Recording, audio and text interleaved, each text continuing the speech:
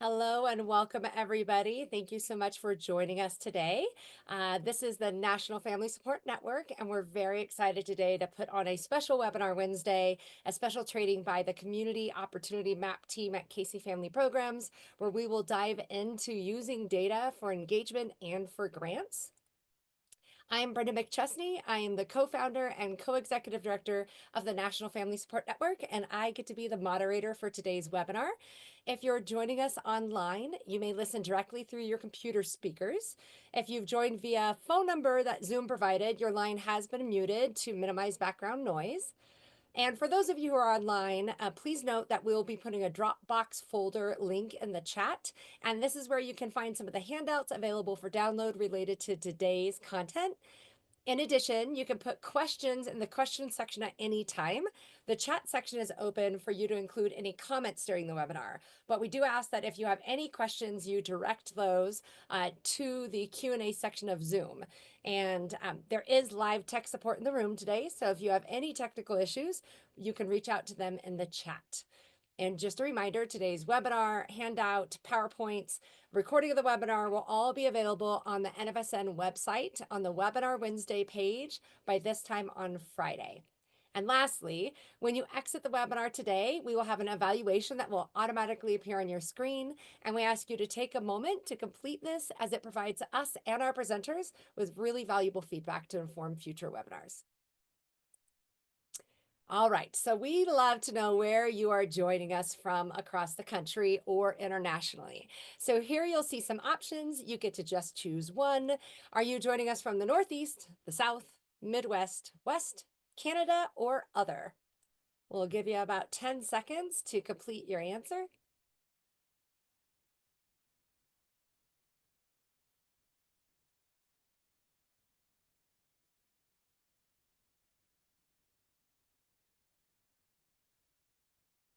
All right, it looks like we have our strongest contingency coming from the Midwest, solid representation for the Northeast, the South, and the West also.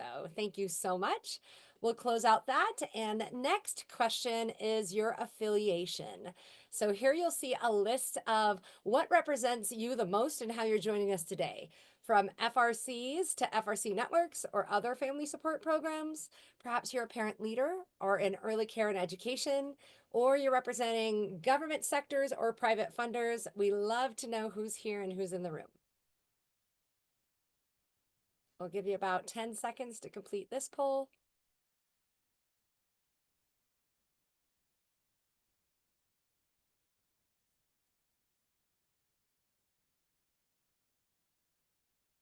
And please make sure to, yeah, I love that you're also answering in the chat. Make sure to also click the poll. And what's your affiliation? All right, we have about 30% of folks coming from family resource centers, followed by family resource center networks, other family support programs, and government agencies and entities. Excellent. Great to see a diverse of representation today on the call. And we even have some private funders and others. Awesome. Okay, next question is how familiar are you with the Community Opportunity Map? The poll will pop up here in just a second. Are you not familiar? Never heard of it, but really excited? Somewhat familiar? Familiar or very familiar? You're already using this on a regular basis to inform the work that you're doing at the local level. Go ahead and take a second to complete this poll.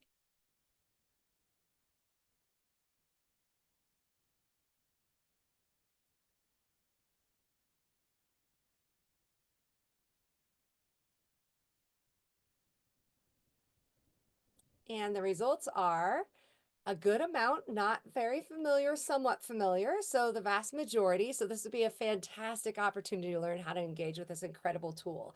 And we have some folks who have been using this in their work. So we'll be excited to hear your ideas. The last question is coming up right now, which is, to your knowledge, does your organization currently leverage the Community Opportunity Map to advance your work with families? So this could be something that you're actively using or another member in your organization. But do you know, are you using this tool currently? Yes, no, or not sure?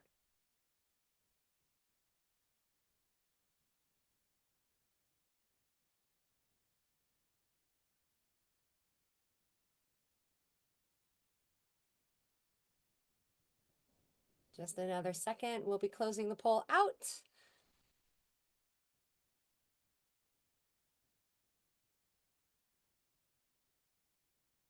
All right. So we have a little less than half not sure, about 37% do not currently use it, and 20% do. So very excited to see how your workflow changes after today's training. Thanks so much for giving us a little bit of insight into who you are, where you're coming from, and what knowledge you have going into today's training. We're just going to spend a second, in case you're not familiar with the National Family Support Network, to tell you about who we are and why we're here. So over the last decade, the NFSN has quadrupled in size to now having 42 member networks, which is 41 states plus the District of Columbia, that represent more than 3,000 family resource centers across the country that serve more than 2 million people annually. And we're really excited that this month marked our 42nd member, with the newest member joining us in Oregon. So if you are not marked green on this map, know that we'd love to get in touch with you. So feel free to send me a chat. The mission of the NFSN is to promote the positive outcomes for all children, families, and communities by leveraging the collective impact of state family resource center networks and championing quality family support and strengthening practices and policies. And our vision is, frankly, to turn the entire map green so that families have access to quality family support services in their communities, provided by FRC, supported by very strong networks. It is my pleasure today to give you a little overview of what today's training special webinar Wednesday will be.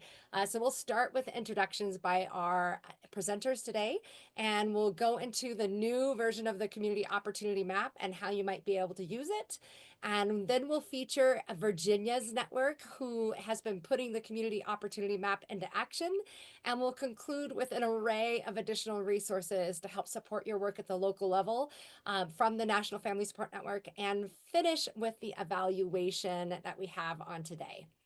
So our presenters today include Luke Gerber, whose role is with the Casey Family Programs Research Services, and his expertise focuses on child and family well-being data to support community planning and action.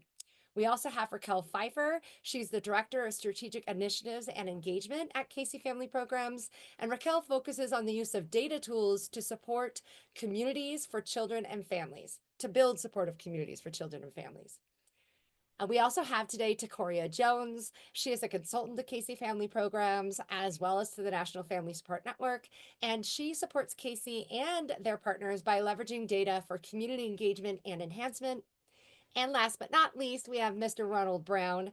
He is the Community Resource Support Team Director at Families Forward Virginia, and he leads the Community Resource Support Team there, providing technical assistance and quality assurance to support families and children well-being initiatives. So with that being said, we will turn it on over to Luke and the team to walk us through today's training.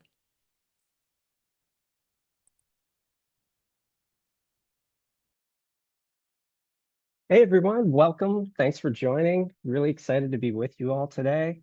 And I'm going to go ahead and jump right in and start talking about the Community Opportunity Map and share my screen. While I'm doing that, if you all don't mind posting your name, what organization you're from in the chat, I'd love to know more about who we're talking to.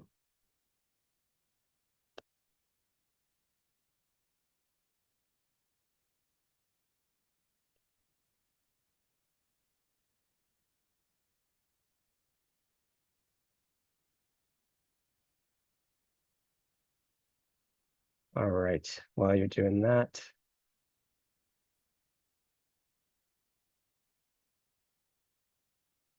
So quick background on Casey Family Programs, if you're not familiar with us. Casey is the nation's largest operating foundation that focuses on safely reducing the need for foster care and building communities of hope for children and families across America. That's our mission, is to safely reduce the need for foster care. We work with all 50 states, DC, Puerto Rico, tribal nations, and other community partners to achieve that vision. And I'll talk some more later on about what we mean when we say building communities of hope. But I heard earlier, some of you are familiar with the Community Opportunity Map and some of you aren't. So here's what it is. This is a free, publicly available online mapping tool that Casey created, maintains, and supports. And it has around 30 different indicators of child and family well-being drawn from publicly available data. And it has areas like education, economic stability, housing, healthcare, food access, transportation. And you can get data for not just a state or a county or a congressional district, but also a zip code or even a custom neighborhood. And we'll show you today how to do all of that. And then a really critical piece is that 2/3 of the indicators you can disaggregate by race and ethnicity. So even within a zip code, you can look at inequities. Two things that are really important about this tool that make it unique. One is that it's really easy to use. The way that we designed it was for non-data people. And we want it to be a tool that anyone can access and can get their hands on the kind of data that would be useful to them. The second piece is that you can get really local data. So a lot of tools out there, you can look at the state level, you can look at the county level, but sometimes, particularly for a family resource center or a small community-based organization, you might want to get data just for a zip code. Or you might even want to get data just for a particular neighborhood that your organization serves. So all of that is possible with this tool. Those are two of the pieces that make it unique. Okay, so if you're like me, you probably want an opportunity to take a look at it yourself. So that's what we're gonna do now. Get you all started with actually taking a look at the community opportunity map for yourself. So what I would invite you to do is open up the community opportunity map, and we'll post a link in the chat, and go ahead and search for a place that's important to you, whatever that means to you. Some ideas might be a place that you've lived before or currently, or a place that you've worked, or a place that you feel connected to. If you're from a community-based organization, maybe it's the place that you serve or where your organization is located. And take a couple of minutes and browse the data categories that will show up on the right side of the tool.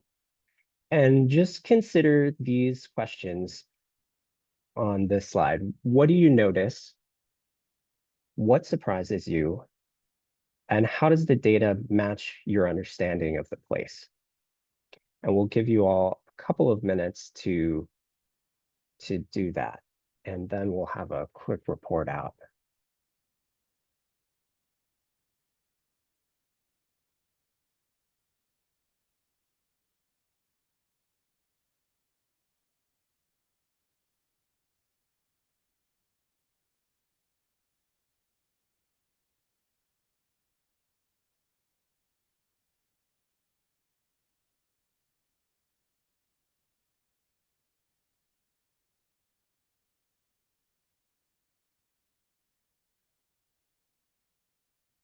And I'll show you later on how to access the tool.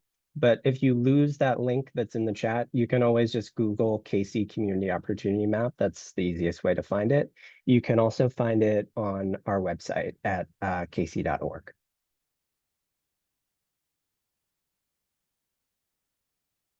All right. So hopefully you had a few minutes to take a look at the data for that particular place. And I would love to hear from you all. In one word, what surprised you? And if you click that link that's in the chat, it'll take you to a poll question that you should be able to fill out. And just tell us in one word what surprised you about what you noticed with the place that you looked up.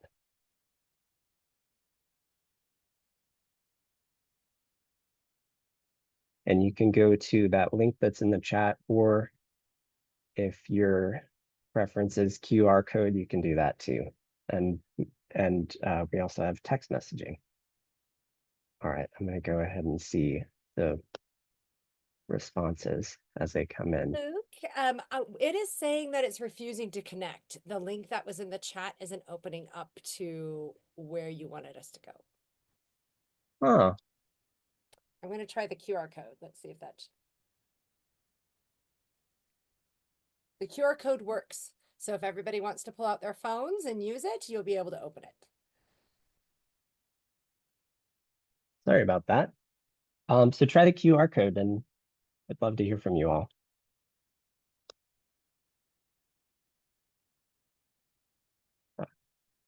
I'll switch it back so that you all can still see that.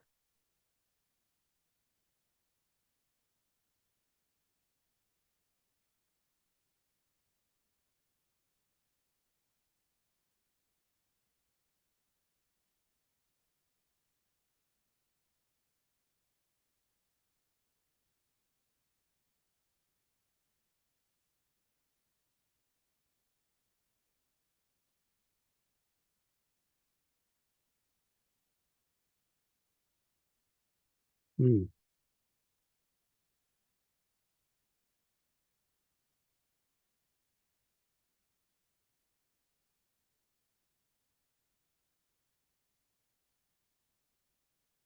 So I'm seeing poverty, demographics, data,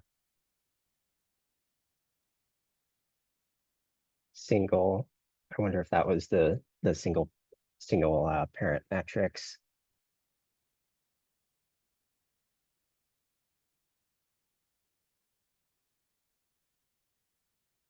And if you feel comfortable, feel free to share in the chat what place you chose and why, and some more description about why you chose the word that you chose or what you noticed.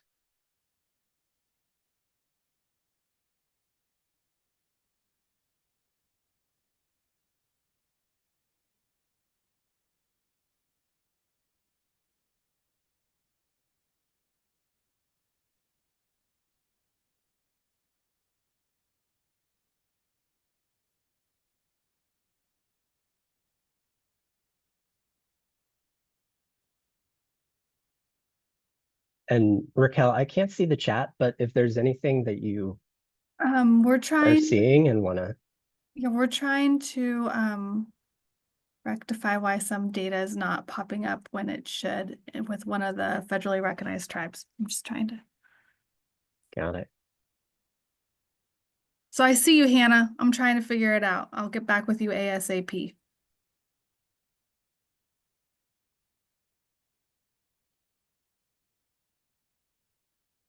All right.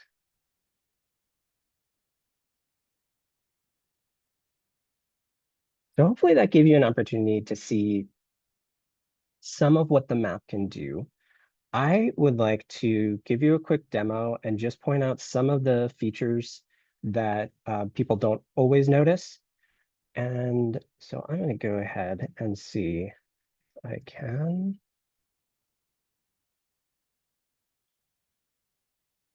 All right. So easiest way to get to the tool, if you go to our website, kc.org, and you scroll down to Community Data Map, this page has a lot of different resources. I won't talk about them too much, but there's a couple of different case studies, including one with Virginia.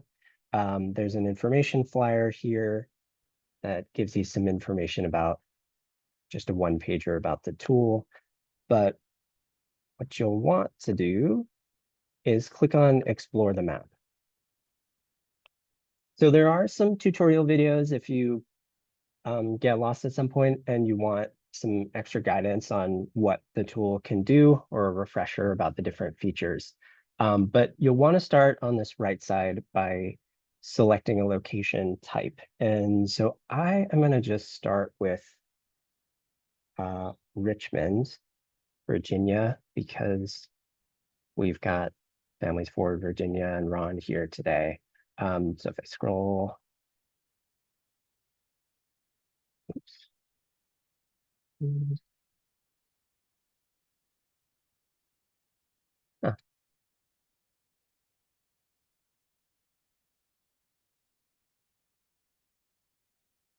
There we go. So if I select Richmond, Virginia, so it'll populate all of the data points for just that area. I won't go through the individual data points that are on here, but they're grouped into 6 different categories: demographics, accessibility, which has food, access, transportation, and internet and computer access, housing, economic stability, education, and child and family well-being. I want to show you just a couple of different features. So first off, if you want to share the data out with somebody, there's a couple ways you can do that. So over here on this left side, there's a share link button. That'll create a link that you can send to somebody, and it will take them to this exact area on the map. You can download the data into an Excel if you want to do some additional analysis or combine it with other data sources that you might have. You can also print it to a PDF. And Raquel and I do that a lot when we take this data to different meetings where we might not have access to a computer. The other thing down here is there's a help and feedback menu. So if I click on that and I go to this help button, this has a lot of information about how we created the tool. So if you're interested in more of the technical details, that's a good place to check. I won't go through all of the technical details, although in the Q&A, if people are interested in that, I'm happy to talk more about it. Okay, so just a couple of features that I want to point out to you all.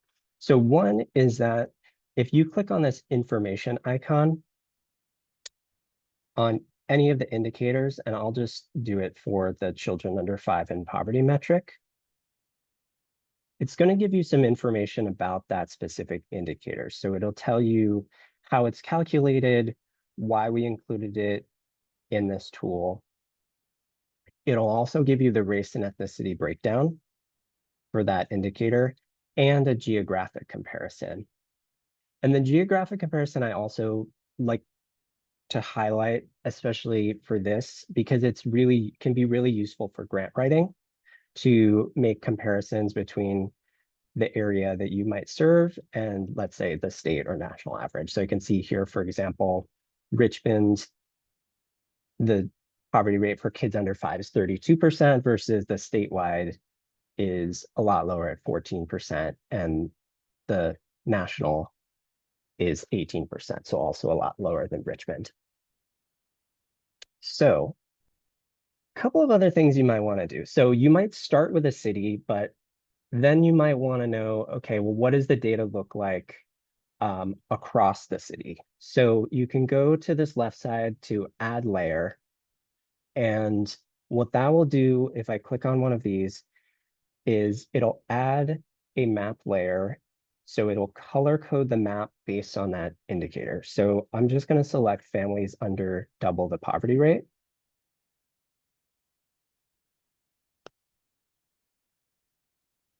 And so it'll give you the legend here. So the darker red is above 39%. The lighter white color is less than 12%. And then there's the categories in between. So it starts to give you a visual of what that indicator looks like across the city of Richmond. A couple of other things you might want to do then is you might have a particular zip code that you serve. So you might want to get data for just that zip code. And I'm just going to plug in one in the Richmond area.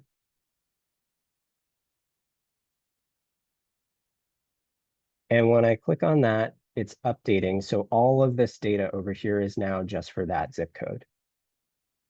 So that could be really useful if you are writing a grant to expand your services into a particular zip code, and you want to have some data about that zip code that you could use in a grant application, for example. Another thing that you can do, and I'm just going to turn the map layer off so that the visual comes through a little bit better here, is I can actually zoom in pretty far, and I can start to see different resources in the community. So I can see there's a high school here, elementary school, middle school, park, a mall. One thing that I can do is you might have, for example, an address that you want to get data around that address. So it could be the location of a family resource center, or maybe in this case, it's this high school. So what I can do here is click on the custom select on that left side. And I'm just going to choose a circle, but we have other shapes too. You can do a freeform draw or a rectangle. But if I click on this circle, I can pull an area around that high school, and all of the data will update for that specific area. So that can be really useful too. Um, if, for example, you want to look at the data around the location of a family resource center or another type of service provider. So that's the main features of the tool. I'm gonna switch back to our slides. And I wanted to talk in a bit of a different vein around why Casey created the community opportunity map and some of the things that people have done with this tool. So I always start with this quote from our CEO, Dr. Bell. Are we willing to finally address the core issues and begin to ask and answer the tough questions that we have avoided for far too long? Or are we comfortable just with doing what we have always done and continue pretending as if we really believe that what we've always done just might work this time?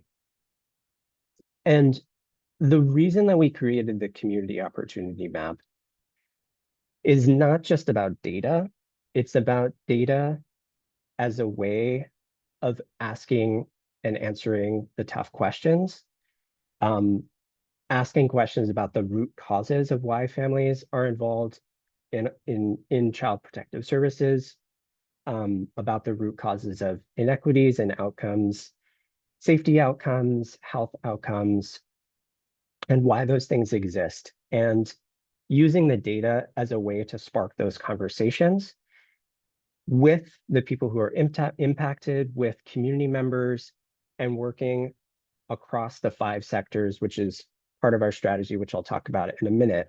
But really, it's a tool for using data to ask questions. And that's how we think about it, and that's why we created it.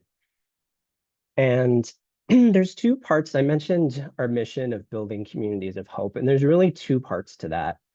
One is the idea that what makes kids safe and families supported and prevents kids from entering the foster care system is when their families are supported and have all of the services that they need, have all their needs met. And so the idea of building communities of hope is the idea that in order to prevent and reduce the foster care system, you have to invest in communities, you have to address the broader conditions and inequities that we see in society.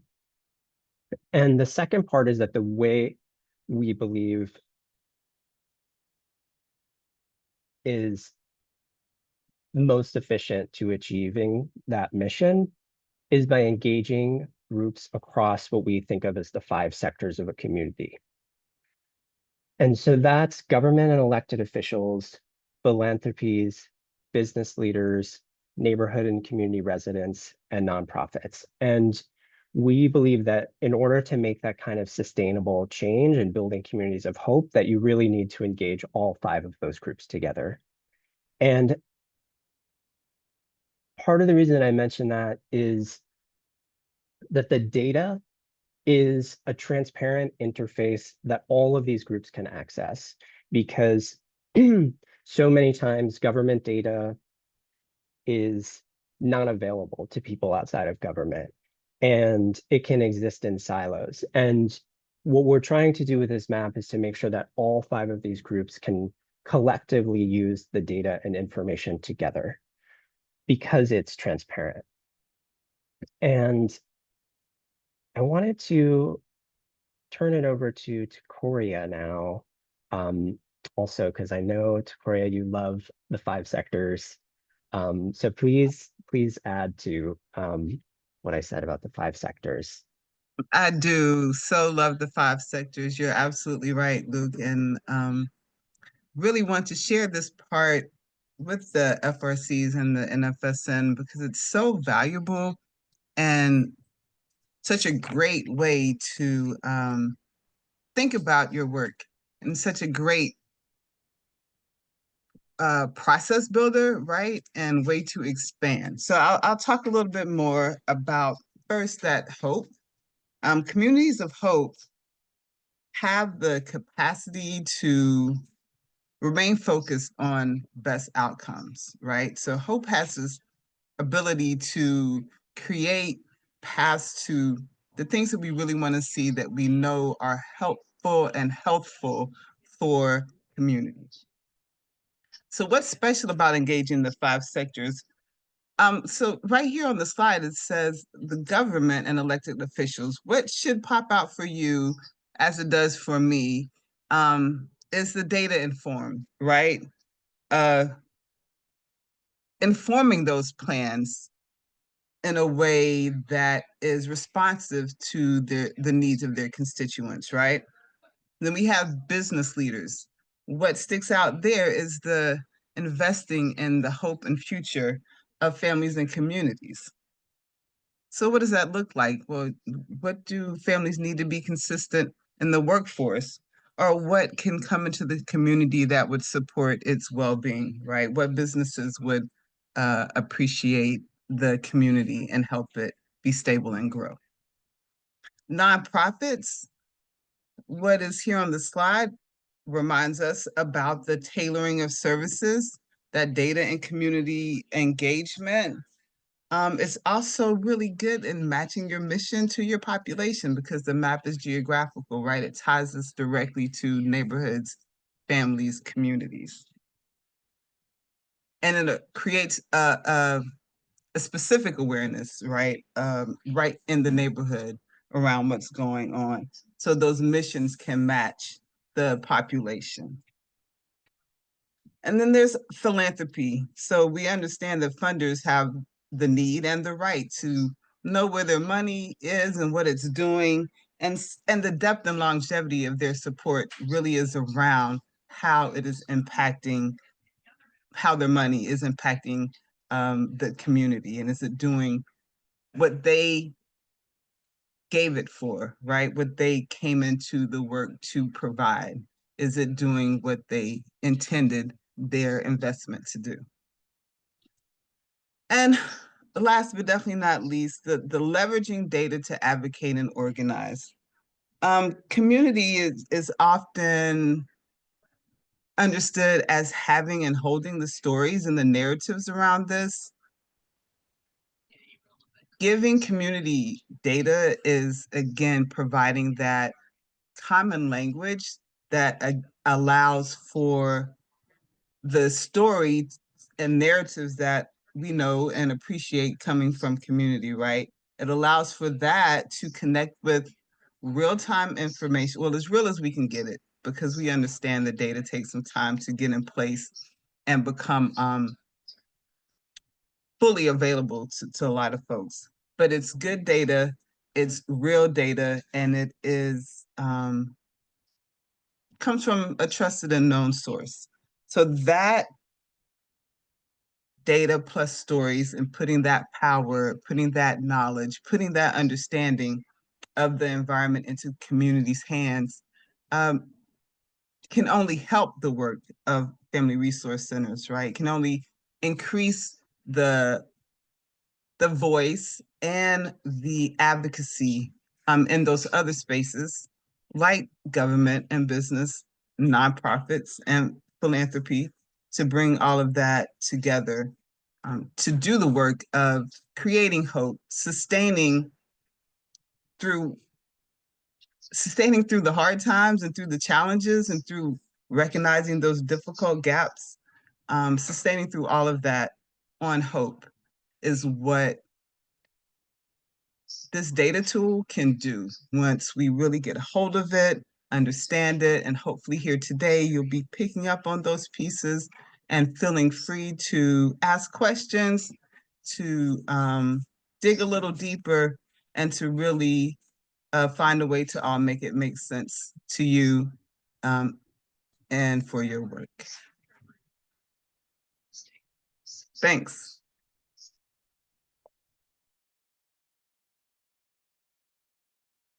Oh, I was muted. Thank you so much, Decoria. And that's a great segue into, so how can you actually use this tool? And how have people used it in the past? And Ron from Families Forward Virginia is going to talk more concretely about how they actually use this tool, but I just wanted to open up some examples that I've seen. And I know we focus this on family resource centers. I know there's people from other types of organizations too. And I think a lot of these will apply to you as well, but I'm just going to talk mostly about family resource centers. But these are the ways that I've seen it. So strategic planning, thinking about where you might expand an FRC network and using this data to have a data-informed approach to that. Grant writing. How do you make a case that FRCs are needed in a community? And how do you make a case that whoever your funder is, it will resonate with them? Evaluation. I've seen a few FRC networks use this tool for evaluation to try to show that the indicators in the communities that they serve are improving over time and that they're having an impact. Community needs assessment or asset mapping, trying to think about what are the assets, what are the needs in a given community using both the data and also the lived expertise of people who are from a community. And then lastly, advocacy and narrative change. So how do you use this data to influence policymakers, whether it's around supporting family resource centers or supporting other kinds of programs that would benefit people in the community? And And right, oh, yeah, sorry, Luke. I wanted to catch you before we switch the slide. I also hope that this is connecting back to those 5 sectors and that considering the time as a tool to engage those. And so just a really quick example, if there's a healthcare indicator, right, in your community that you like to work on, what kind of business could you inquire about, like down at the SBA or the Commerce division in your community? Maybe there's a clinic or a home health business that you would like to invite. What about the nonprofit sector? Well, maybe there's a nonprofit out there that's working on sharing insurance information or how to get Medicaid or something in that vein. Um, the government, there's opportunity to advocate for additional policy around insurance and what does that look like and why. And then there's the philanthropic sector. Who is supporting health? Who would look directly and specifically at the work that you are doing? You know, once we get really specific, funders appreciate that, and it's very helpful in that relationship. And of course, if the community is saying, yes, we have a lot of diabetes and high blood pressure, and there's a lot of stroke risk in our community, then we know that it all lines up and we've been able to touch each sector and involve each sector. And as a family resource center and as FRC networks, being able to do that increases your touch and your range and also increases the connectivity of the work and your partnering with the surrounding elements, the surrounding sectors and community that upholds the work and creates better sustainability in the long run.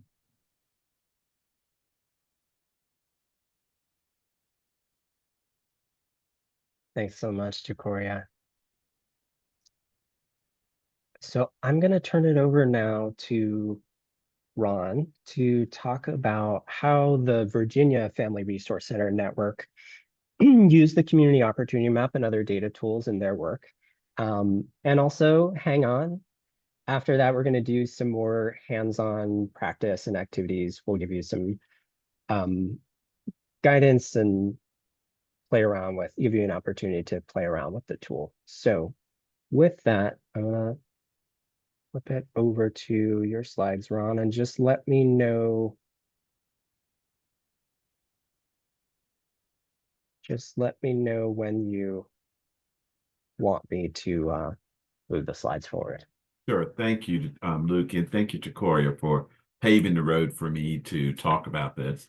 And I want to welcome everybody. Really glad to be here with you. What I plan to do here is to kind of give you a little bit of history of our developing our network and then talk about how the community opportunity mapping assisted us. Next slide, please. I cannot move forward without taking the time out to point out our team, our community resource support team. We have myself. They say I'm the head of it, but they're the head of it. They tell me what to do. I learned how to listen. We have Sharon Overton, who I believe is on the call today. Rachel Miller. Sharon is the community engagement manager. Rachel Miller, she is our Darkness to Light program coordinator for VDH, Circle of Parents, and ADIOS, the Circle of Parents Department of Corrections coordinator, which is an area that we're starting to finally get into after years of working to get into that area. We have Julie Revnick McAdams, who is a parent leadership engagement manager, and we have Donna Guevara, who is the Circle of Parents TAQA. Next slide.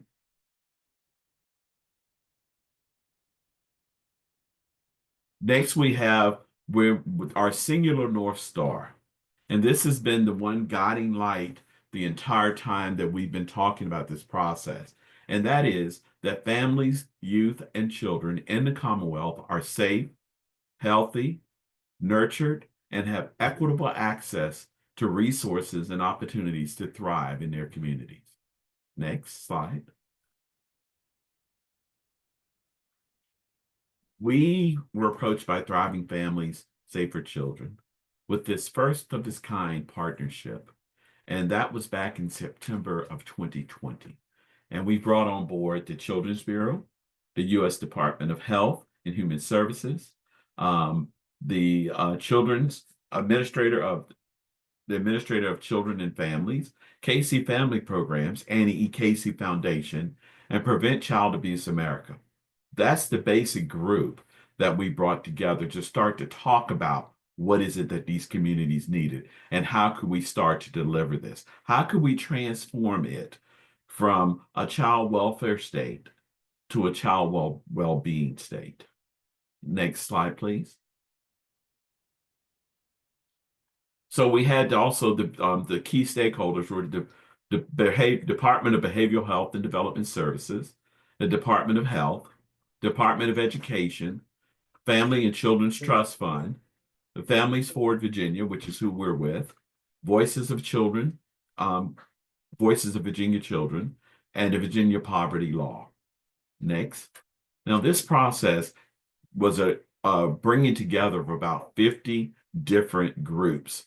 And we met over years, a couple of years, to really sit down and try to hammer this thing out. And we came up with a new 5-year, or the first 5-year prevention plan, which focuses on well-being and economic stability, person and family-centered programs, social norms, collaboration, and infrastructure. Next slide, please. So this is just kind of a map laying out how we did it. We started with the GA and direct legislators, the 2020 budget session, Thriving Families and Safer Children, the TAQA Award in 2021, implementation of work group plans, phase 2, which was June and August of 2021, staffing the FRCs. That's when I was brought in, Sharon and Ebony. We were brought in starting in May through September. Project start date. We started in January of 2023. And that was when we issued our first round of the RFA. We have the 5-year prevention plan, which you see at the bottom. But let me go back to the RFA. The first time we opened the RFA up, we got three states, three localities. we chose to go with census tracts. And I love from the little exercise you all had earlier that you can see how when you really narrow down your scope, how it really tells the story about what's going on in those areas and better helps to identify the need. That is what was extremely valuable to us because in our RFA, request for application, it was each area had to pick a census tract. The purpose for that was so that we could have the sample area to be small enough to be able to measure whether or not we were really impacting change. Once they chose that area, that did not mean that they couldn't serve the areas around there. They definitely could. But the information that was collected needed to be from those census tracts. Next slide. So we had a second iteration of the RFA, and I brought our total up to 7 family resource centers.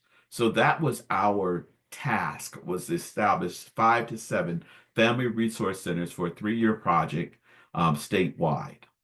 I love how Luke talked about when you're looking at the data and you're starting to really hone in, like when he went to the school and built a circle around it. We were very deliberate in after the first iteration of the RFA of the areas in the neighborhoods that we wanted to go into because we were determined to cover the entire state. We were determined to cover the far southwest corners of the state, which are they're up in the mountains and it's really severe need and there's very few resources for them. We got lucky. We got really lucky in that the people that applied in the second iteration, we also specified that people needed to, that if you were applying to be a center, you needed to be a certain number of miles away from one of the centers that are currently operating. That was, again, to ensure that we covered the state.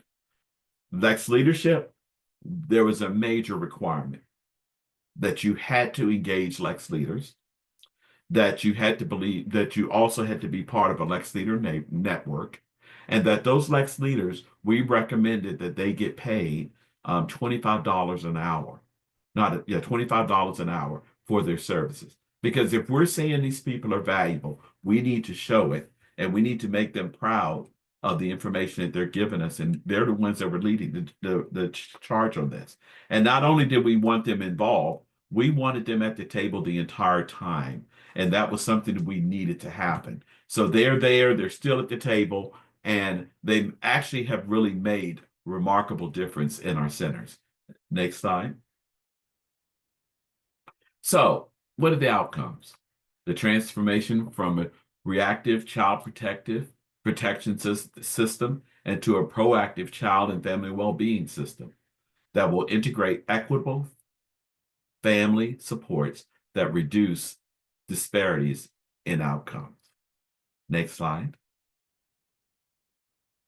So I'm not going to read all of these. The next 3 slides are just giving you some of the services that we offer, and realize that these services are based on each census tract and what they identified as their areas of need.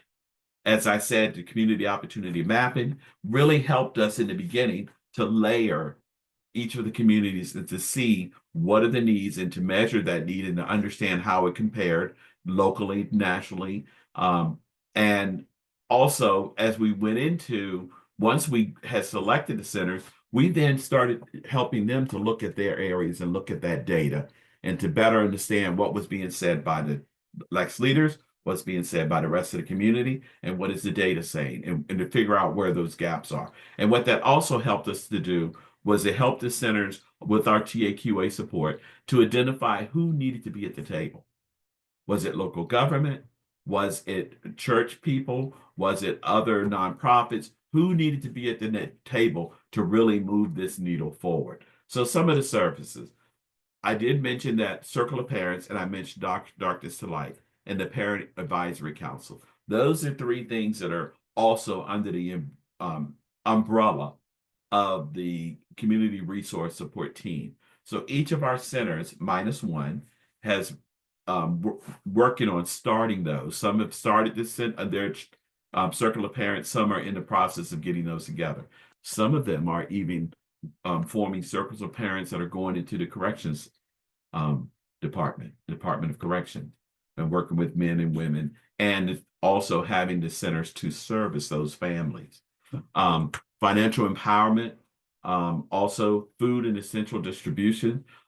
One of our centers, the one here in Richmond, they have a food pantry. It's Liberation Church, and their food pantry serves about 600 people twice a week. Let that sink in. 600 people twice a week. Those people are mostly Hispanic and Spanish speaking, as well as in Manassas. The people that they serve are 99% Hispanic.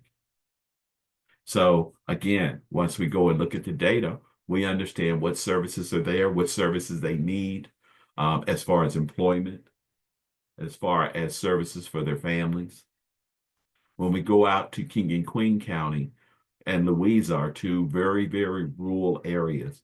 And what we learned by looking at this data is that the needs were exactly the same, even though they were in very different locations. One is between Fredericksburg and almost pointing towards DC. The other is pointing towards the beach, but the neighborhoods were the same. All of this got identified through looking at the community opportunity mapping. Next slide. We also deal with health and wellness, educational programs, play groups for toddlers, and community engagement and social events. Next slide. Of course, housing and basic needs support, rental assistance, partnerships of furniture and household necessities, mental health and emotional well-being, dealing with family counseling resources. Next slide. So we also used, we hired a data partner at William and Mary, the College of William and Mary, which is in Williamsburg. And we have them, and they also developed an research advisory committee. This is taking this data to a new level, because what this team is doing, because our centers are so different and the people they serve are so different in the neighborhoods and the needs, they're looking at the data and helping to come up with common data points so that we can tell the overall story, but also keeping them from not losing their individuality. So that's been very helpful. That advisory council that they developed, what's been very nice is that's with people from HBCUs, as well as nonprofits and other groups in the community. And those people are assigned to a community that is closest to where they reside, so that they can better understand and work with that center and really get into the heart of what's going on and help advocate for them. Next slide. Click again. So primary prevention ecosystem. You say, what are all those words? We also have a pilot that we're working on with Prevent Child Abuse America that is dealing with the ecosystem. And what the ecosystem in simple terms does, it takes this data and it helps us to identify from a list of questions what to ask and how to better interpret what is happening in those neighborhoods, and to help come up with more viable solutions. I'll give you an example. In King and Queen County, it's a very long area that is very, very, very low in resources. One of the problems is they are really having trouble with not having good broadband services. They also have a high unemployment rate. There are only 2 factories in that area, and transportation becomes a major issue. So when we started, that FRC was looking at, okay, how do we bring broadband in? The people right here are saying, when they had their little focus groups, talked about how they needed broadband. So the center, the Family Resource Center, became a broadband hub for them. Then in looking at employment, since transportation was such an issue, and there's no, you don't have Uber, you don't have Lyft or any of those other services in that area. So what they started looking at is remote jobs. And where we hope to get to is to maybe have the center become a place that you will actually reserve time so that you can come in there and work on your remote job for your shift, whatever your shift may look like. That's just an example of how it really helped us to look and see what was really needed. Next slide. So these are the points of leverage for the ecosystem. Your mind, changing the mindset and sharing values, goals, decision making, policy making under structures and connections and resources, the family support opportunities and environments, and leaders and staff. So these are the things that we're constantly looking at when we're looking at issues and looking at what's there, what's needed, and talking with the community and asking questions like, if you had remote learning, remote jobs, what would you want that to be? And we're asking, the centers are asking that to each person that comes in. And it's ways that we could build data to build upon the data to better understand and to better help those communities. Next slide. What's next? Currently, we are coming to the end of our funding period. So we're working to establish sustainable funding of $2.2 million to be able to continue this work. Funders on the line, pay attention. We need your help. We need your suggestions as to where we can look. We tried to get into the governor's budget, that failed. We also had 3 bills that failed, as well as 600 others on the floor of the General Assembly here. And we would like to increase the number of family resource centers from 7 to 15, and to grow our Lex leadership to positively impact communities. How we want to do that is we want to have a Lex Leader Academy to where our people with lived experience can actually get certified in what they know and what they're doing, so that when they're going to these environments, they're not having to explain to people what is lived experience, what is Lex leadership, but people will already know. Next slide. That's what I have. Any questions?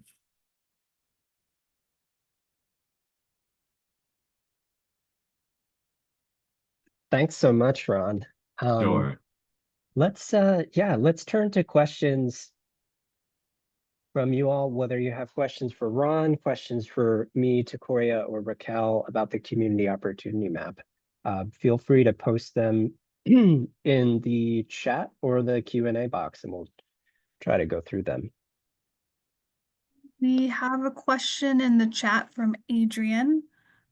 From a funding perspective, it would be great to align some of the family resource centers to the workforce development centers. Any thoughts on this from the panelists? I think you're right. We have worked to work with, we have tried to, not tried to, but we are trying to establish relationships with some of the workforce centers in the area, because they're the ones, especially the regional ones, they can tell us what has worked, what doesn't work, what is needed better than we can, trying to interpret it and to provide answers to what the community members are asking. So I agree, that is something. Plus, they can help us to identify sustainable funding to support that kind of work. It goes back to what Takoria said, all part of that 5 sector. Mm-hmm. I see another one from Dina Sage.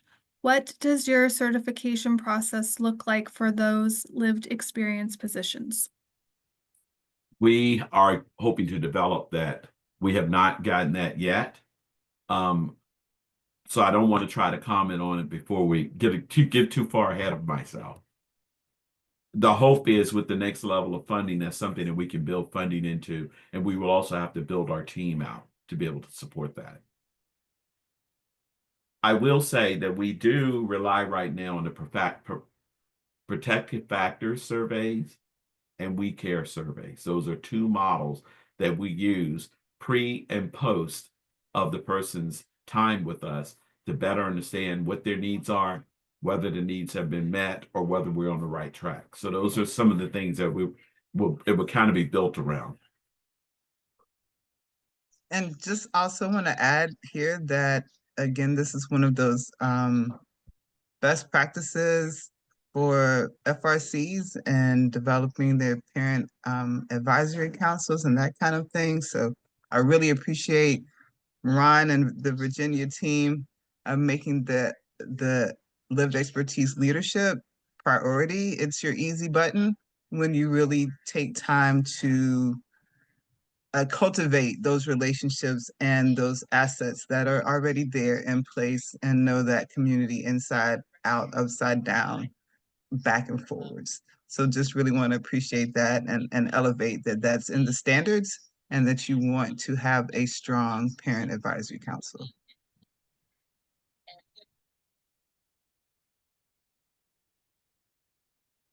And then we have a question from Melissa. Are there any FRCs that have state entities co-locating in their building? Not in their buildings. Well, wait a minute. United Way, that's not state, is it? It's private, isn't it? Anyway, not the only one that may, and it's usually not in their buildings, because when these family resource centers, once they start establishing themselves, they usually pick a space to offer services that is central and available to public transportation, to all kinds of things that make it easy for people to have access. So in Martinsville, we have one that's ran by a United Way. But that United Way is this is kind of an offshoot of it. So they're not located in the same building, but they get to benefit from some of the funding structures, from some of the staff that are there. So that's the best I can answer that, okay? I think one of our partners in San Francisco is co-located, or they have co-located Meta. I can follow up with that in the chat later. Okay. And then, Ron, there's a request for the exact name of the surveys that you spoke to earlier. We care surveys, as Okay. well as I forget the name of the one I just said. Protective factor survey, yes. And we also rely on the standards um, as kind of a framework to have all the people certified in the standards of so that they have something that we're working from a common place.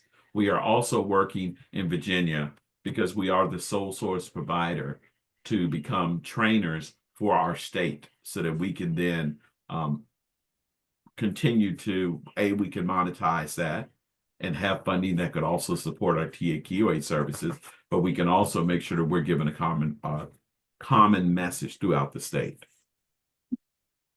Ron, are those open source surveys? Can anybody have access to them, or? Yes, anybody can. Most of this we have access either through Thriving Family Safer Children or the National Family Support Network, organizations like that. Yes, those are surveys that are wide open, yes. And very, very impactful and very effective in interpreting what you're dealing with and how to move forward, especially when you're doing the pre and post. Now, I will say that we have struggled on getting people to do pre and post, getting them to complete them. And we have had to volley around from using QR codes, from giving them a hard copy, from emailing them, all kinds of things. And we haven't found that sweet spot yet. Do you all do stipends or anything? Yes, we do.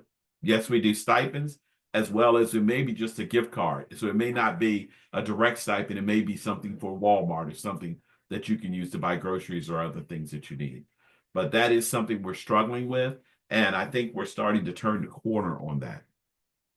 What do you think is that's making you turn the corner? People with lived experience. When we rely on our people with lived experience, I'll give you an example. In Manassas, one of our persons with lived experience, she is a Spanish speaker. Matter of fact, she speaks very little English. She's learning English. So she came in and she was able to explain culturally the importance of the surveys, to better explain the questions, and to better help us understand their answers. And so their level of surveys that have been turned in went drastically up. The importance of grounding in culture can never be understated. Exactly. This is a technical question. So Luke, you're up. Is there a way to search for data for a multi-county section? That's from Emily. Yeah, I saw that one. At the moment, no, there isn't a way to do that. We did have it in the last version of the tool, and when we upgraded, we temporarily dropped that feature, but we are going to add it again. So I can definitely reach out when we do. The only workaround at the moment is that you could do the custom select and draw around the multiple counties, but I realize that's not ideal. So yeah, the answer is at the moment, no, but we are going to add that. I also did want to say, because I'm catching up on the chat, that I realized the demographic data in the tool was suddenly down. So I apologize for that.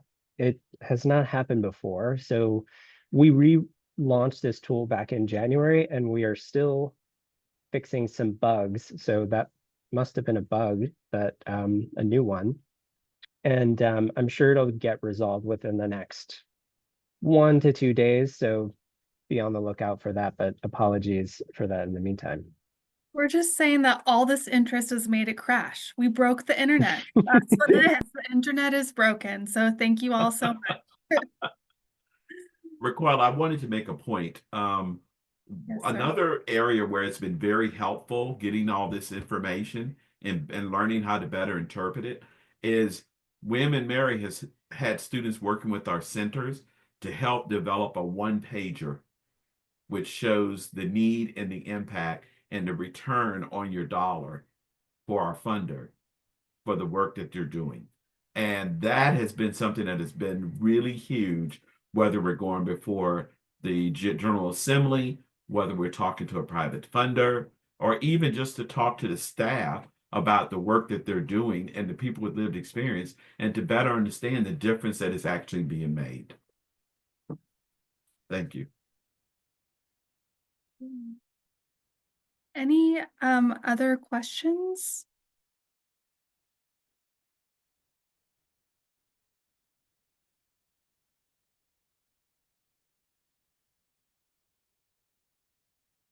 Okay. Great. Well, let's move on to the next part. I will, I'll go ahead and share my screen, and I will turn it over to you, Raquel. Thank you, Luke.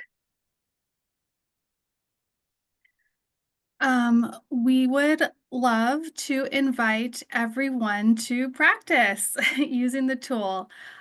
We have an activity where we thought that you all could draft a short data-informed pitch, either for funders or thinking about what Ron said about maybe going in front of your state legislator. So anybody that you think could benefit from hearing the data that could then impact what you are doing in a positive way. So we would invite you all to go back to the tool. And actually, Luke, can you bring up can I share my screen?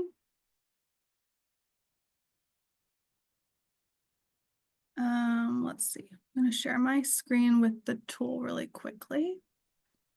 So knowing that the demographic data is under the weather, there's a little bit of a workaround. If you hit the eye, this will show you for each indicator what the breakdown, race and ethnic breakdown is. And if you hover over, you can kind of get to it by the 10% of children without health insurance in this area. 17 are Hispanic or Latino out of a total of 176. So it doesn't get you like the easy, quick demographic data like we want it to, but it'll help you kind of put a Band-Aid on it for a little bit. So I'm going to stop sharing and we can go back to the activity. Luke, would you mind bringing up your screen again? I'm Yeah. sorry. I threw Yeah. us for a loop. Oop. There we go. So we would love for you all to think in your beautiful, big, smart brains to pick a location like you did in the beginning, or it could be a different location, and think about how does the data demonstrate the need if you want to specifically think about what area your FRC serves. And then what is it saying about your community that you're serving? What are the how are the comparisons helping you? Remember, the comparison details are at the bottom after you hit the I.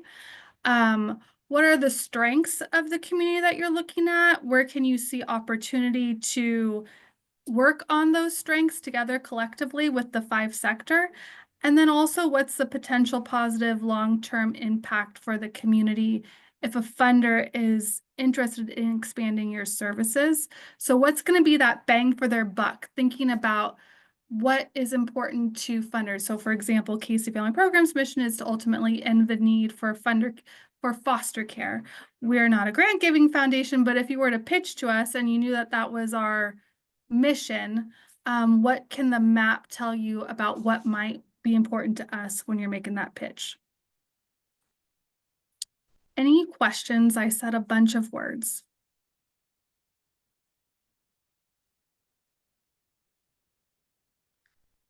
Okay, why don't we take about until 12:50 Pacific time, so 2:50 Central, 3:50 Eastern, and we can hear what folks are thinking. And we'll be here. You can come off mute, ask any questions, type them in the chat. We love questions. We love to give answers. You got a whole panel full of experts, or at least we like to think we are.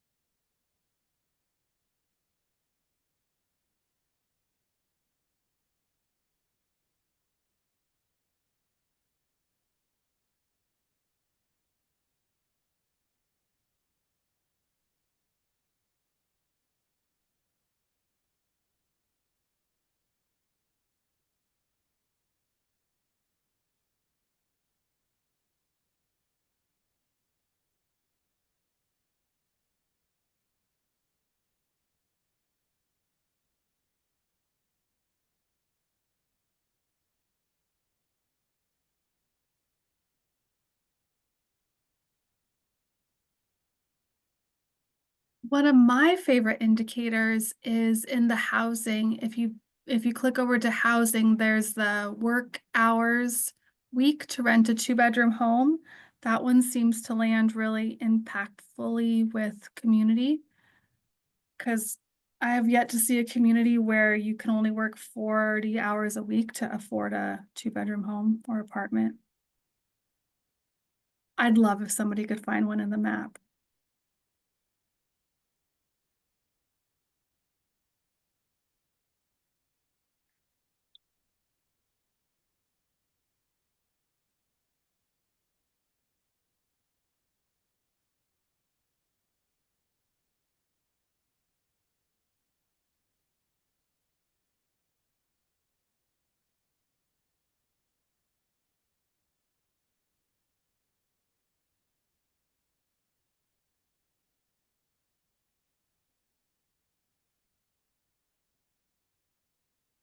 Also in the demographic data, I'm just going to keep talking to fill the silence because I am a mother and I guess that's what we do. But we're missing out on the we've added the Latino Hispanic ethnic breakdown and also language spoken, which is very helpful. I think especially to what Ron was talking about, even when thinking about how you engage lived experts, you can see who speaks what language in your community. The map does not have information about teen moms or teen pregnancy. Thank you for that question, Lisa.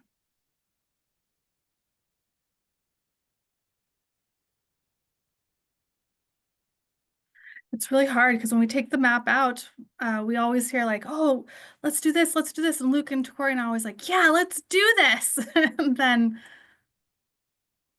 we just we would love to do all the things.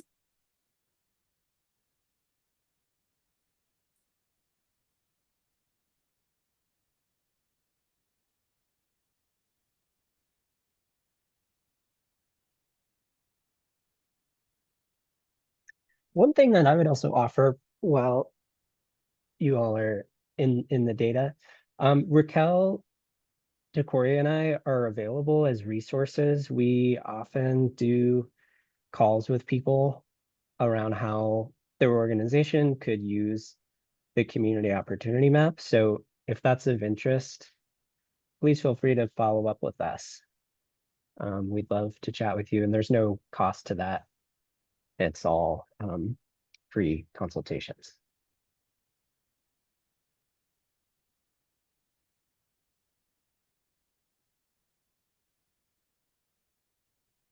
Yeah, 66 hours a week, that's a lot of working. It's almost unfathomable to think about.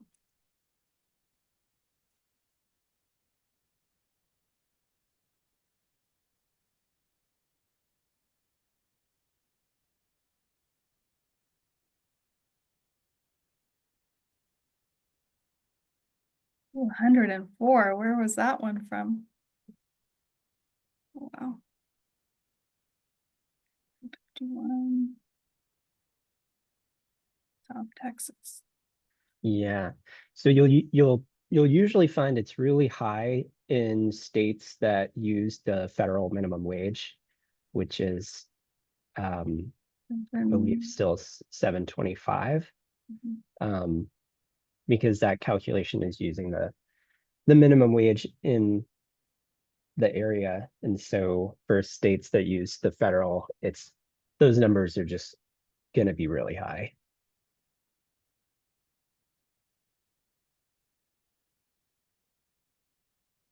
I mean, it really helps you paint the picture for folks. This is what's happening in your community, and thinking about like if folks have, you know, kids, what the transportation's like how are people surviving. Are there any indicators for unhoused individuals similar to what point in time surveys use? We do not have those in the map at this moment either. But that is a very good one. I just want to pop in and say it looks like the demographics are back online, at least on my end. So maybe y'all want to give that a check and see for yourselves.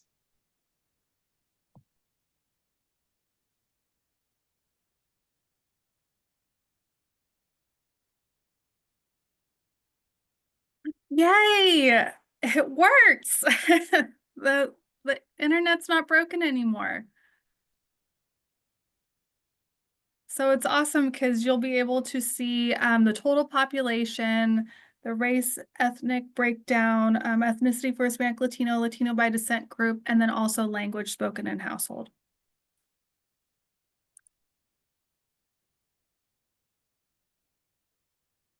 And we also have in there Latinos by race. So if you click on the information icon for the Hispanic Latino indicator, it'll give you the breakdown by race too. So that was another new indicator that we added this time around.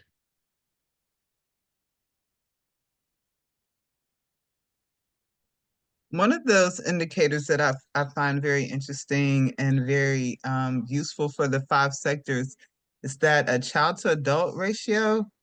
If you're looking at that ratio and noticing that it's a little bit high or comparing it to other areas and noticing some significant differences, there's so many opportunities there to engage parents or other caregivers to ask for more childcare centers in that area or after school activities to remind business owners that most of your workforce are parents and have responsibilities to those children in the community. So This is why you as a business need to pay attention to the workforce needs, right? There's information that says and can show very clearly that the ratios are high and that needs to be managed carefully.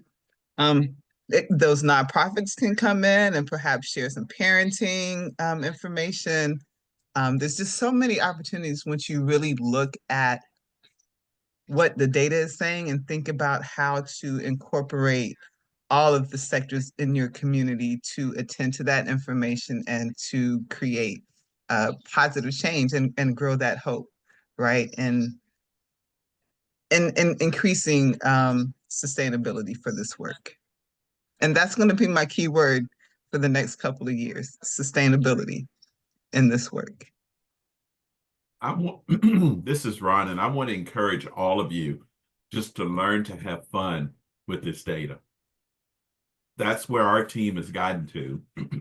Sharon has already said that she didn't used to like their data and she loves it now. I haven't said that yet, but I'm having a lot of fun.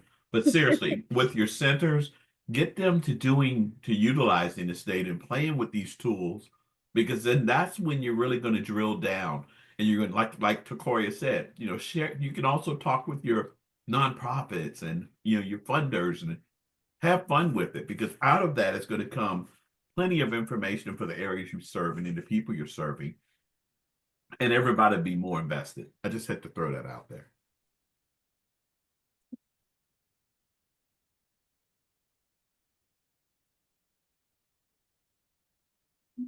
I love that comment, Sierra. I mean, yeah, it's interesting when you see things that you thought would be different than what you see, or then what's the data showing you. So then how do you find those answers?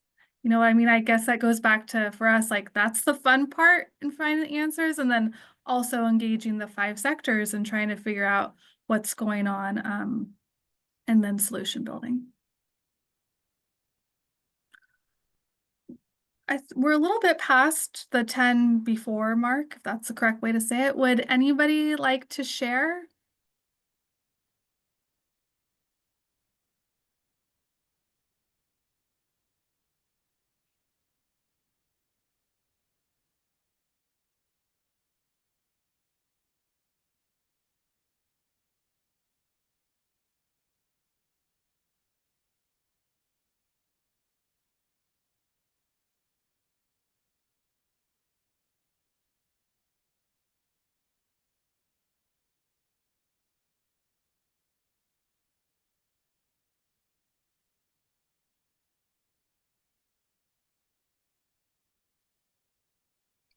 And I'm not sure whether people can come off mute because of the webinar setup, but feel free to post in the chat at least. And we'll see if we can actually hear your voices too, but we'd love to hear from you in the chat.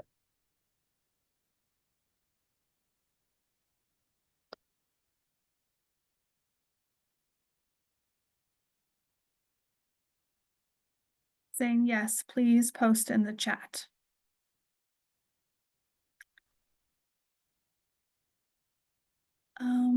Jessica's saying one of the things I've seen in my 11 years working for my city is a pretty rapid change in wealth.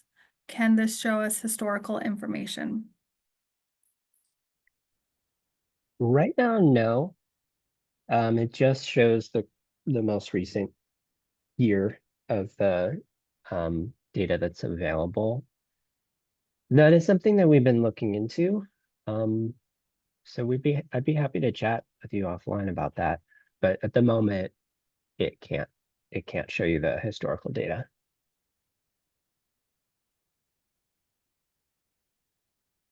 Beth says, not a direct question necessarily about community eligibility, but just something to think about. Read the high rates of eligibility and then exploration of the tie of education and food systems and how that could be something to take to funders.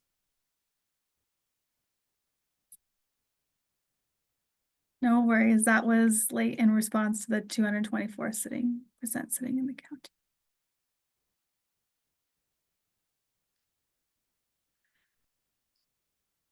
Yeah, we found that again, Luke and I were in Los Angeles a couple weeks ago, and they were working on looking at the counties with the highest rates of removals of kids coming into foster care. So they had that. We layered that data on with what they were seeing in the community opportunity map, and one zip code went really deep into the number of 3 to 4 year olds enrolled in school. So that was that layering, right? Like using data layering, and then they had people from the 5 sectors at that group from that zip code to start thinking about, I mean, they thought about things like I had never thought about. But even like a generational perspective, like who's having children, does that impact like how they feel about school in general? But then things also about, Head Start in that community is only 3 to 4 hours. So does it make sense to go to school for 3 or 4 hours if you're taking the bus, a 45-minute bus ride? Just thinking about all those things. Oh yes, Adrian, if you could come off mute, that would be great. Can she come off mute, Brenda? I do not think that we have that capability with this setup of Zoom for this call, unfortunately. Adrian, would you mind doing a fast type in the chat?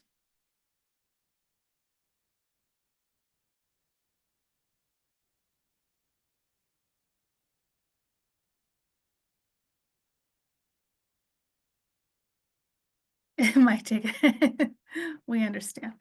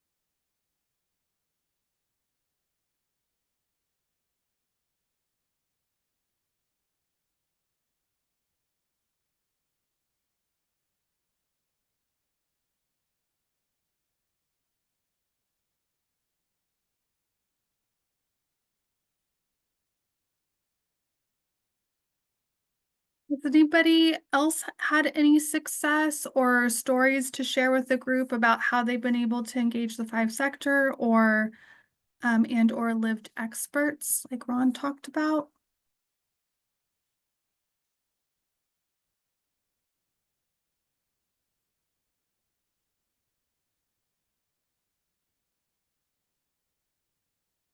And or any challenges folks are having that they might want to use all the amazing group think in the room?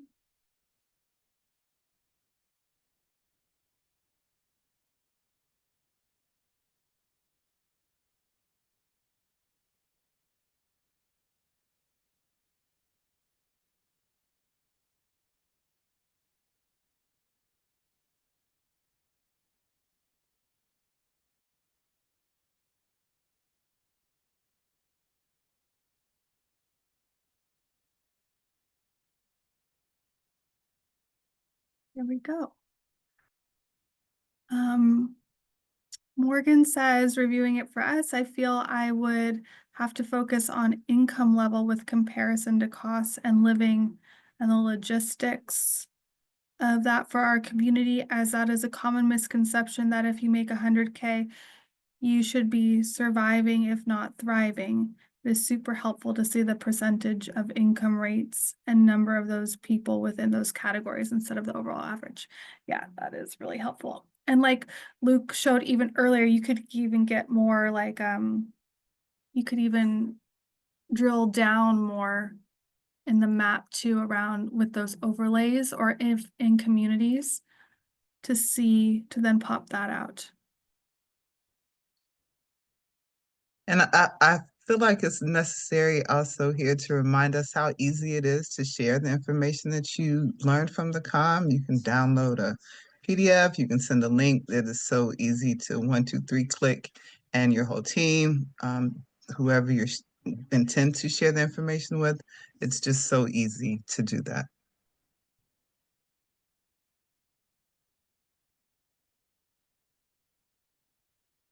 I think we have a few final thoughts. One of my takeaways from Anna was the visibility into my neighboring communities. For example, I'm seeing 89% Hispanic Latino with a 17 to 19 child to adult ratio and 48% of families under 200% poverty. Also, the access to healthy food was shocking to see at 31% compared to the state 59%, given this community is known for its agriculture production. Yeah, the comparisons are very illuminating. Kathleen says, I can envision so many ways this can be helpful. The chance to use a layering tool to highlight the nuances, such as areas that show access to food, yet we know there are limited quality food or lack of transportation to get to that food during hours that are needed. Yeah, during the hours part is crucial. Thank you, Kathleen.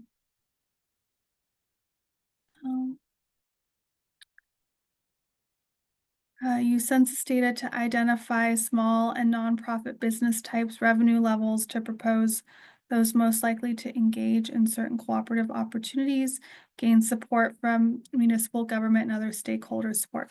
Yeah, that's a really good point. I don't think we've touched on yet around the municipal government. We're doing a cohort with 3 different cities: Gary, Indiana, Birmingham, Alabama, and Jackson, Mississippi. And there we have representation from the mayors and then representation from child welfare. And in a lot of those, I think in all of those cities, actually, it's the first time that they've come together to have conversations about how they can support populations in their community to ensure that all kids have the opportunity to not just survive, but thrive.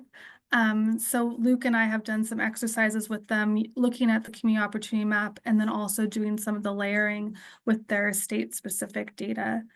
And just the fact that they're talking has been, I think, a win for everyone involved. So the data can be a unifier, y'all. Data can unite us in very easy ways. Well, unless there's anything else, Luke, I'll throw it back to you. Sure. Thanks so much, Raquel. All right, so I've just got 2 quick things for you all. And then I'll turn it over to Brenda to close us out. So one thing I wanted to just mention, these are a bunch of resources about the community opportunity map. They're all linked here in these slides, and you'll get access to these slides, I think through a Dropbox link. So feel free to take a look at them, but I just wanted to point out a couple to you all, some of which I covered before, but we have 2 different training videos. If you ever need a refresher around how to use the community opportunity map, those are on the landing page for the tool. We've got a 1-page flyer. And then we have a few different case studies around different KC partners who've used the community opportunity map. And the case studies are short 2-pagers about how they use the tool. We have one that we wrote with Ron and his team about their work. So you'll see the link to that there. And then the last thing I wanted to say, and I'll just post this email in the chat, but as I said before, we're happy to chat with you all one-on-one about ways that your organization could use the community opportunity map. So I'll post the email for that in the chat. We do lots of different trainings, thought partnership. Yeah, there's lots of opportunities and we'd love to work with you all. So please feel free to contact us, and I'll post that email in the chat. And I think with that, I'll turn it over to Brenda. Awesome. Thank you so much. I really appreciate Luke and Raquel and Takoria and Ron for taking the time to walk us through this new revised tool for the Community Opportunity Map and seeing it in action. It's such an asset to our field, and we need all the data and resources, especially in this moment in time, to be able to advocate on behalf of the families that we serve in our communities, and to really think about how we're communicating out our work and our impact and the need. So I really see this tool being more resourceful for this moment in time than ever. So thank you so much. Want to share with you some other tools that we have for you to leverage in your day-to-day work. So let me pull this up and just walk through just a few of these resources. So just confirming everybody can see my screen. A little thumbs up. Yep. Okay. All right. So upcoming, we have just in 2 weeks our complimentary webinar Wednesday specialty that is our under the radar to all the rage FRCs and FRC networks. So this is a great resource for anyone within your network or your community that could learn more about family resource and resource center networks, the value, the impact, why they're a resource to leverage in the work that we're doing to support families across the country. Also on April 16th is another partnership with Casey Family Programs. It's the ROI of FRCs, a strategic approach to preventing child welfare involvement. And that features Peter Pecora from Casey Family Programs and Janica Lockhart from Akin and the Washington Family Support Network, where we showcase the most recent up-to-date research from the field and how preventing child welfare involvement through FRCs is a great return on investment.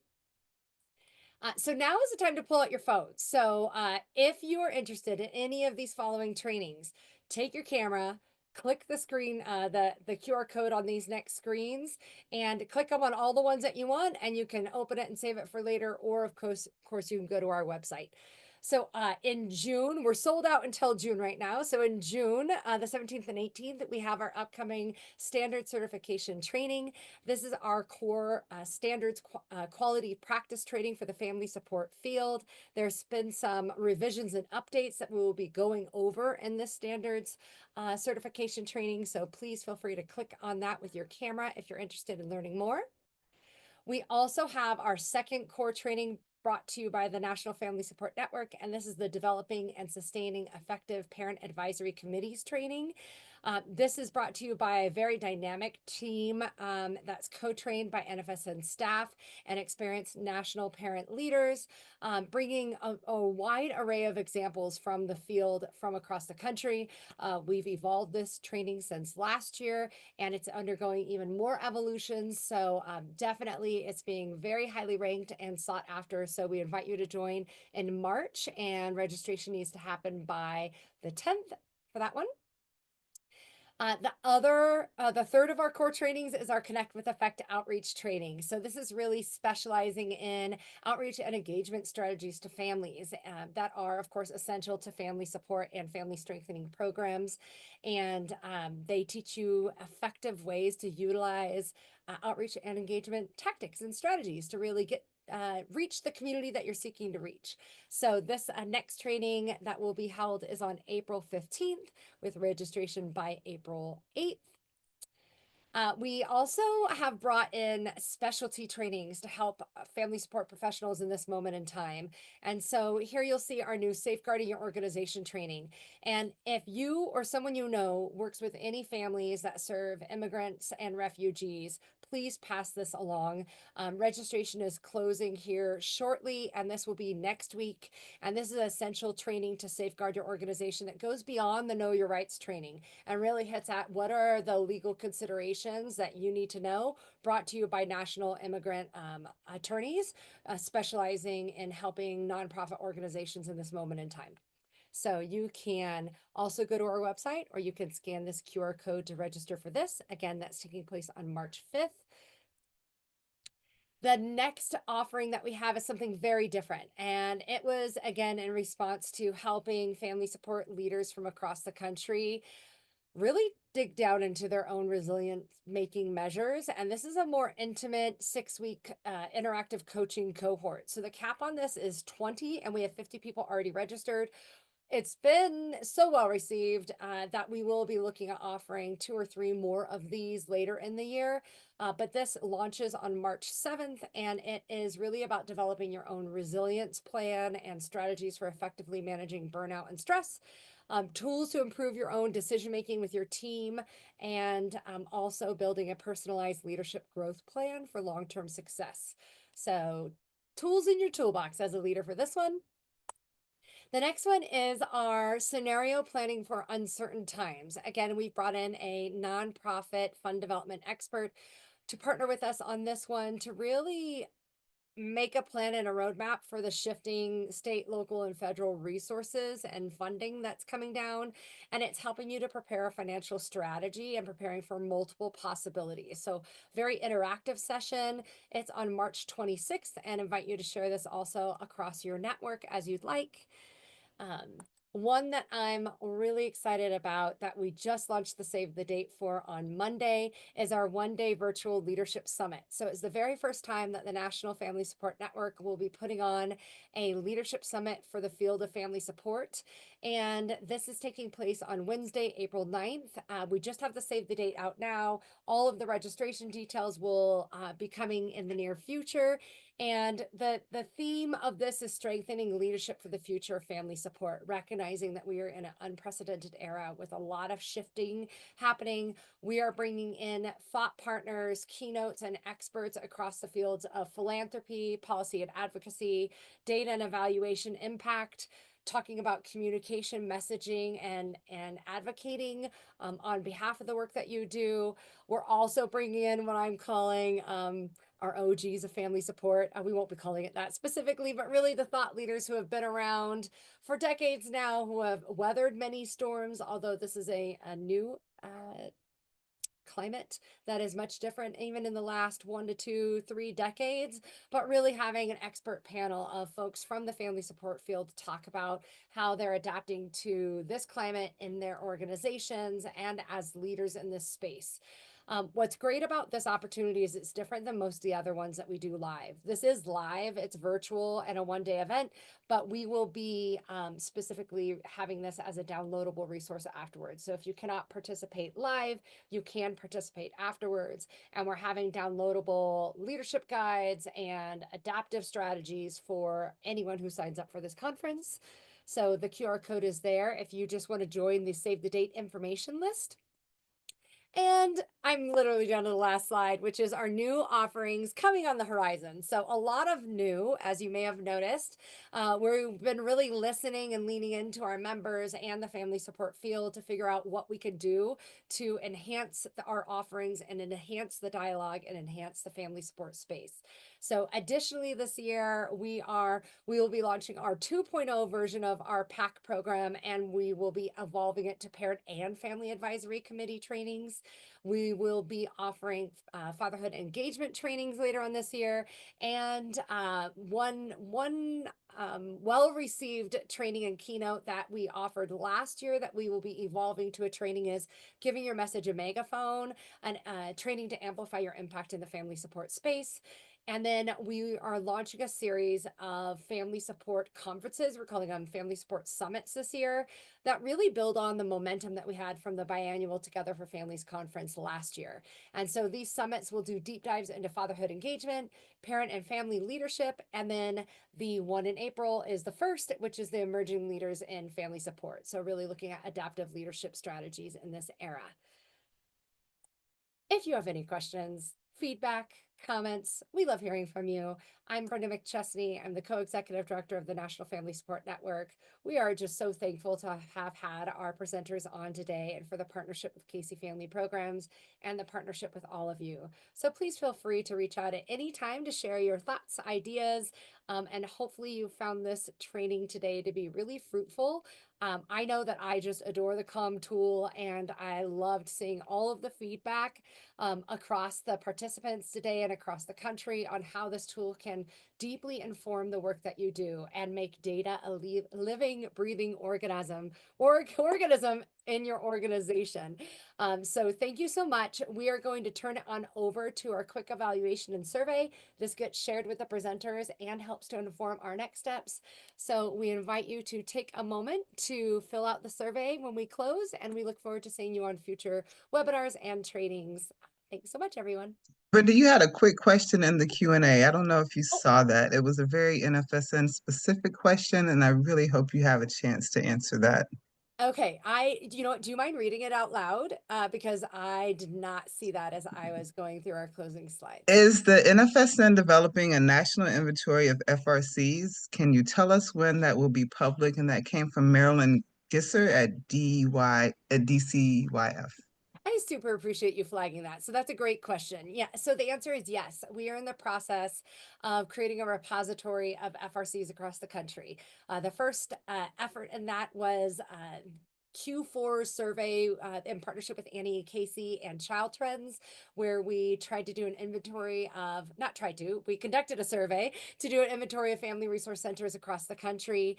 We allowed folks to choose to opt in on whether or not they wanted their information put into a repository, and ideally a mapping of FRCs across the country. So we're in the process. This year's goals and priorities are to create an index and ideally geomap them of where you could find FRCs locally. So we will be having additional opportunities. If you did not fill out that survey, weren't aware of that survey, you will have additional opportunities to be able to raise your hand and say, we're here, we're doing great work, and we'll be able to map it across the country. So absolutely, yes, and there will be future opportunities. Were there any other questions, Decoria, that you saw that I missed? Okay, great. Yeah. We will officially close it out. One more thank you to Ron and to Luke and Raquel and to Coria. Thank you for your knowledge and your expertise and your passion. And thanks to everyone who participated. We appreciate you, and you're the reason we do this work. So keep on doing the great work, everyone. Thanks. Bye-bye.